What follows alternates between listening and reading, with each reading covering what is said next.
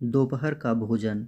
आज के पाठ में हम दोपहर का भोजन जो अमरकांत की कहानी है उसका सर्वत्र अध्ययन करेंगे, अर्थात उनका जीवन परिचय और कहानी का सार तथा महत्वपूर्ण प्रश्न उत्तर और सप्रसंग व्याख्या, इन सब का हम जो है इस लेख में अध्ययन करने वाले हैं। अंत तक इस वीडियो को देखिए। यह परीक्षा की दृष्टि से तैयार किया गया है, जो दोपहर का भोजन पाठ को समग्र रूप से प्रस्तुत करने की क्षमता रखता है। इस कहानी में शहरीय मध्यम वर्गीय परिवार है, जिसमें नौकरी चले जाने के बाद जो है परिवार की क्या स्थिति रहती है उसका अमरकांत ने बड़ा ही मार्मिक और सूक्ष्मता से उस दृश्य को अपने कहानी के माध्यम से दिखाने का प्रयास किया है। सदस्यों के मानसिक स्थिति क्या होती है, परिवार के मुखिया तथा अन्य लोग किस प्रकार बर्ताव करते हैं, वह सभी इसमें दृश्य के रूप में उत्पन्न करने का प्रयास अमरकांत ने किया है। तो ये कहानी जो है, जो ये विधा है वो कहानी के रूप में है। कहानीकार है इसका अमरकांत। अमरकांत का जो है संक्षेप में जीवन परिचय देखते हैं। पेपरों में ये आता है कि अमरकांत का जीवन परिचय लिखिए। तो उनका जन्म 1925 के उत्तर प्रदेश बलिया अर्थात भागलपुर में जो है एक गांव में हुआ। इनका वास्तविक नाम श्री राम वर्मा था। इनकी प्रमुख रचनाएं जो है कहानी में जिंदगी और जोक, देश के लोग, मौत का नगर, मित्र मिलन, कुहासा, ये रचनाएं हैं। उपन्यास है इनकी सूखा पत्ता, पराई डाल का पंछी, सुखजीवी, बीच की दीवार, काले उजले दिन, ग्राम सेविका, इन्हीं हथियारों से, ये जो है इनके कुछ उपन्यास थे। इनकी साहित्यिक विशेषता है अमरकांत ने कहानी आंदोलन के प्रमुख कहानीकार हैं। उनके काव्य में चित्रात्मकता देखने को मिलती है, अर्थात इस कहानी को जब आप पढ़ेंगे तो आपको ऐसा लगेगा कि यह जो है दृश्य पूरा आपकी आंखों के सामने आया हुआ है। जैसे इसमें कहानी में बताया गया है कि उनका जो छोटा लड़का बहुत ही दुर्बल है, दुबला पतला है, वह लेटा हुआ है, वो भूख के मारे जो है बिल्कुल सूख गया है, उसके मुख पर मक्खियाँ भिनभिना रही है। मतलब शब्दों से ऐसा मतलब शब्दों का मेल किया गया है जिसमें दृश्य आंखों के सामने बनता है। यानी कि इनकी खासियत जो है वो दृश्य उत्पन्न करने की है। इनकी भाषा शैली, इन्होंने अपनी अधिकांश कहानियों में बोलचाल की सरल भाषा का प्रयोग किया है। मतलब इन्होंने ऐसा नहीं कि हार्ड जो है शब्दों का प्रयोग किया है, जो बोलचाल की भाषा है उसी शब्दों का इन्होंने प्रयोग किया है। प्रसंग व पात्र अनुसार आंचलिक मुहावरेदार शब्दों का प्रयोग भाषा रोचक व जीवंत बन जाती है। कहीं कहीं तत्सम शब्दों के अतिरिक्त अरबी, फारसी, अंग्रेजी, देसी शब्दों का भी प्रयोग किया जाता है। कुल मिला के इनकी भाषा शैली साधारण है। आम पाठकों को ध्यान में रखकर ये जो है भाषा शैली का प्रयोग करते हैं, और वर्णात्मक शैली जो इन्हें विशेष अग्रणी जो है लेखकों में बनाती है। वर्णन करने की यानी कि जो है दृश्य उत्पन्न करने की जो क्षमता है इसमें, वो इनको विशेषता प्रदान करती है। दोपहर का भोजन जो है उसका पाठ का सार हम देखते हैं। दोपहर का भोजन गरीबी से जूझते एक मध्यम वर्गीय शहरी परिवार की कहानी है, जिसके मुखिया की अचानक नौकरी छूट जाने के कारण परिवार के सामने आर्थिक संकट खड़ा हो जाता है। परिवार के सदस्यों को भरपेट भोजन तक नसीब नहीं हो पा रहा है। पूरे परिवार का संघर्ष भावी उम्मीदों पर टिका है। सिद्धेश्वरी संकट की इस घड़ी में परिवार के सभी सदस्यों को एकजुट व चिंता मुक्त रखने का प्रयास करती है। सिद्धेश्वरी ये जो है इनकी वाइफ है लेखक की, और जो है ये नौकरी इनकी चले जाने के बाद किस प्रकार परिवार में आर्थिक संकट जो है गहरा जाता है, क्योंकि कमाने वाला एक ही था और उसकी भी नौकरी चली जाती है।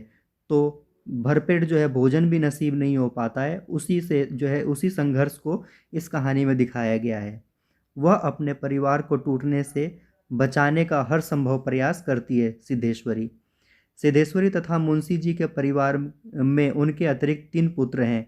21 वर्षीय बेटा रामचंद्र, 18 वर्षीय मंझला बेटा मोहन, 6 वर्षीय बेटा प्रमोद। रामचंद्र एक स्थानीय दैनिक समाचार पत्र में दफ्तर में प्रूफ रीडिंग का काम सीखता है तथा नौकरी की तलाश में है। मोहन हाई स्कूल के इम्तिहान की तैयारी कर रहा है। सिद्धेश्वरी पाठ का जीवंत पात्र है। वह अत्यंत अभाव में अपने परिवार की गाड़ी खींचे जा रही है। परिवार की स्थिति अत्यंत दयनीय होने पर भी वह परिवार को जोड़ने का पूरा प्रयास करती है। परिवार को जोड़े रखने के लिए वह झूठ का सहारा भी लेती है।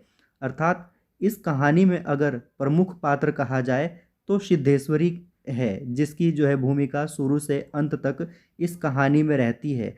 वह अपने परिवार को, सभी लोगों को एक साथ जोड़े रखने का जो है भर संभव प्रयास करती है, कोई भी दुखी ना हो, क्योंकि ऐसी स्थिति में सबकी मानसिक दशा खराब होती है, सभी चिड़चिड़े हो जाते हैं।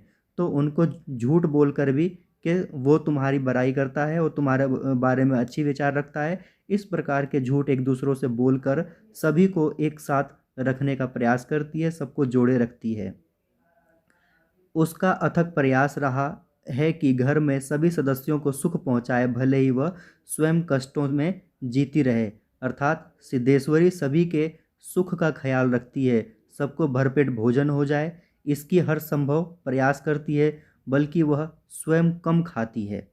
वह परिवार के सदस्यों के सामने एक दूसरे की कमी न बताकर उनके बातों को छुपाती है, ताकि किसी भी सदस्य को मानसिक कष्ट न हो। यह सभी बातें उसके अपार धैर्य को दर्शाती है। सिद्धेश्वरी के झूठ बोलकर कोई पाप नहीं किया, बल्कि परिवार के सदस्यों को एक दूसरे के साथ जोड़े रखा। यहाँ पर आप देखिए कि वो झूठ बोलती है इसलिए क्योंकि उसका परिवार बिखरे नहीं, उनके जो तनाव है वो कम हो सके और आपस में मिलजुल कर रह सके। ऐसा झूठ जो किसी की भलाई के लिए बोला जाए, उसमें कोई बुराई नहीं है। घर के सभी सदस्य रामचंद्र, मोहन, मुंशी बारी बारी भोजन के लिए आते हैं। सभी मन ही मन इस वास्तविकता से परिचित हैं कि घर में पर्याप्त भोजन नहीं है। वह सभी कुछ न कुछ बहाना करके आधे पेट ही भोजन करके उठ जाते हैं। रामचंद्र के भोजन के दौरान सिद्धेश्वरी के मंझले बेटे मोहन की पढ़ाई की झूठी तारीफ करती है। वह मोहन से झूठ मूठ कहती है कि रामचंद्र उसकी प्रशंसा करता है। मुंशी जी से भी वह झूठ बोलती है। रामचंद्र उन्हें देवता के समान कहता है। मकान किराया नियंत्रण विभाग के क्लर्क के पद पर उसकी छटनी हो चुकी है और आजकल मुंशी जी काम की तलाश में हैं। मुंशी जी भोजन करते समय सिद्धेश्वरी से नज़र चुराते हैं। उन्हें मालूम है कि घर में बहुत कम भोजन है। वह स्वयं को इस स्थिति का जिम्मेदार मानते हैं। दोपहर के दौरान सिद्धेश्वरी एवं मुंशी जी अन्य के संबंध में बातें करते हैं, जैसे बारिश का न होना, मक्खियों का होना, फूफा की बीमारी, गंगा शरण बाबू की लड़की की शादी। हालांकि इन बातों का कोई महत्व नहीं है, फिर भी यह सभी बातें पाठ से जुड़ी है। यह सभी बातें उस मन की व्यथा, जीवन के अभाव आदि को दर्शाती है। इन बातों को करके शायद वे मूल विषय गरीबी एवं अभाव से बचना चाहते थे तथा अपने दुखों को कम करना चाहते थे। खाना खाते समय बातें जो होती है वो पारिवारिक और समस्या और अपनी जो है दिनचर्या की बातें होती है, मगर कुछ बातें करने को नहीं है, क्योंकि सबकी मानसिक हालत जो है बिगड़ी हुई है आर्थिक व्यवस्था के कारण। क्योंकि नौकरी है नहीं किसी के पास, कोई कमाने वाला है नहीं, घर में ऐसी तंगी आ गई है कि भरपेट भोजन नहीं होता, तो बात करने के लिए खाने पे कुछ न कुछ टॉपिक चाहिए। तो ये अनर्गल बातें, बारिश नहीं हो रही है, मक्खियाँ खूब हो रही है, उसकी बीमारी, गांव दुनिया जहान की बातें खाने के समय करते हैं, ताकि वो मूल विषय जो गरीबी है उससे जो है ध्यान बटा रहे। सिद्धेश्वरी पर्याप्त भोजन न होने पर भी सदस्यों को भरपेट भोजन लेने का आग्रह करती है। ऐसा करके वह घर के सदस्यों को गरीबी एवं अभाव का एहसास नहीं दिलाना चाहती। वह सदस्यों की एक दूसरे के विषय की झूठी तारीफ करते गरीबी, अभावग्रस्त एवं संघर्षपूर्ण वातावरण में भी उन्हें एकजुट तथा खुशहाल रखने का प्रयास करती है। सबको भोजन करवाने के पश्चात सिद्धेश्वरी जब भोजन करने बैठती है तो उसके हिस्से थोड़ी सी दाल, जरा से चने की तरकारी और एकमात्र रोटी आती है, तब उसे अचानक उसके छोटे पुत्र प्रमोद की ध्यान आती है, जिसने अभी तक भोजन नहीं किया। वह आधी रोट तोड़कर प्रमोद के लिए रख देती है तथा शेष आधी लेकर भोजन करने बैठ जाती है। पहला ग्रास मुंह में रखती है तो आंखों से आंसू गिरने लगती है, जो उसके विवशता को बयान करती है। यहाँ जो आप सिद्धेश्वरी की जो हालत देख रहे हैं, यह उसके मुख्य पात्र होने की पूरी कहानी को बयां करती है। वह अपने परिवार को एकजुट रखती है, सबसे झूठ बोलकर एक दूसरे की तारीफ करती है और स्वयं कम खाकर भी लोगों को भरपेट भोजन कराने की जो है क्षमता वह रखती है। अब दोपहर का भोजन पाठ में कुछ सप्रसंग व्याख्या पेपरों में करने को आता है। आपको इस प्रकार दे दिया जाएगा, मुंशी जी ने पत्नी ... गुड़ होगा क्या?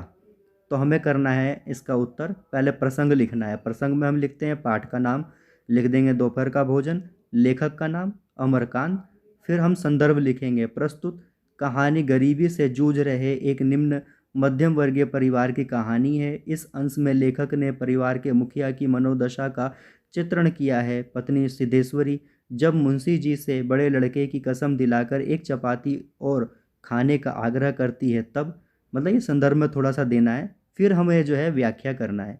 मुंशी जी ने पत्नी की ओर अपराधी भाव से देखा, क्योंकि वह बेरोजगार थे और घर की स्थिति से भली भांति परिचित थे। उन्होंने दबी आंख से रसोई की ओर देखा, जैसे सिद्धेश्वरी बता रही हो कि उन्हें घर की हालत पता है। तब अपना और सिद्धेश्वरी का मान बचाते हुए एक अनुभवी गृहस्थ की भांति पत्नी से कहा कि और नमकीन से अपना दिल भर गया है, जबकि वास्तव में उनकी भूख अभी शांत नहीं हुई थी। इसलिए वे शपथ के बहाने पत्नी के गुड़ के बारे में पूछकर शरबत पीने की इच्छा भी व्यक्त कर देते हैं। ठीक है, अपने जो है कहानी पढ़कर उसकी व्याख्या लिखनी है। फिर विशेष में इसमें क्या क्या होगा, जैसे अभावग्रस्त निम्न मध्यम वर्गीय गृहस्थ की मनोदशा का सजीव चित्रण है।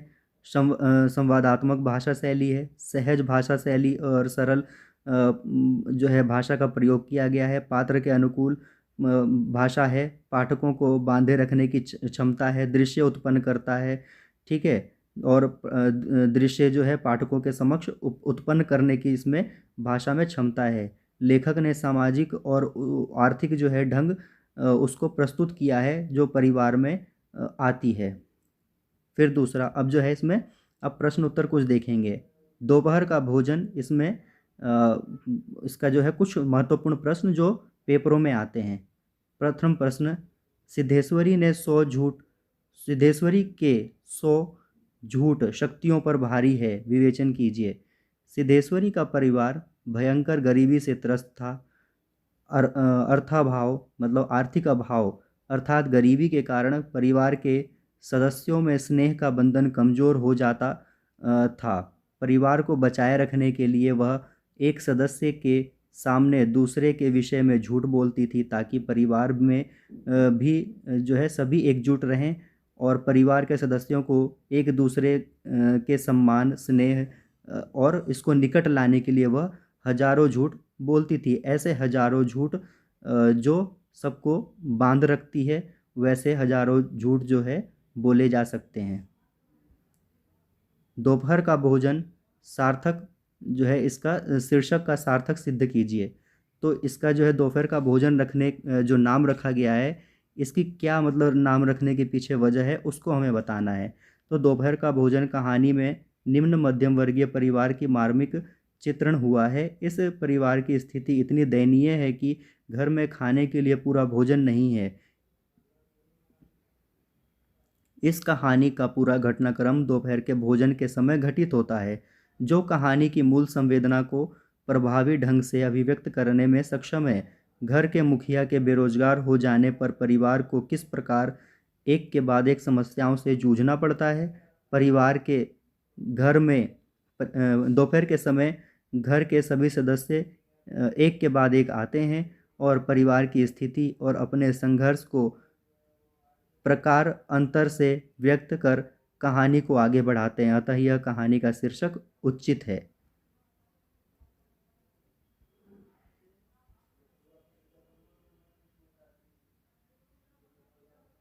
अन्य प्रश्न जो है इस प्रकार आप देख सकते हैं।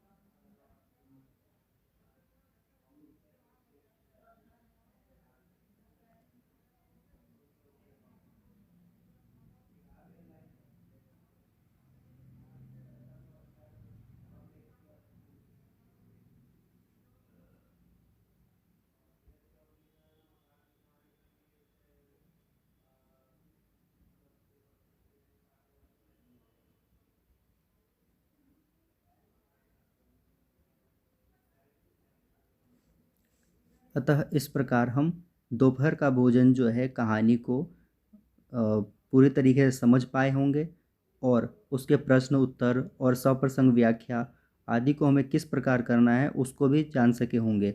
किसी प्रकार का प्रश्न आपके मन में आता है तो आप हमें नीचे कमेंट बॉक्स में लिखकर बताएं, हम आपको जो है पीडीएफ या फिर वीडियो के माध्यम से वह नोट्स उपलब्ध कराने की हर संभव कोशिश करेंगे।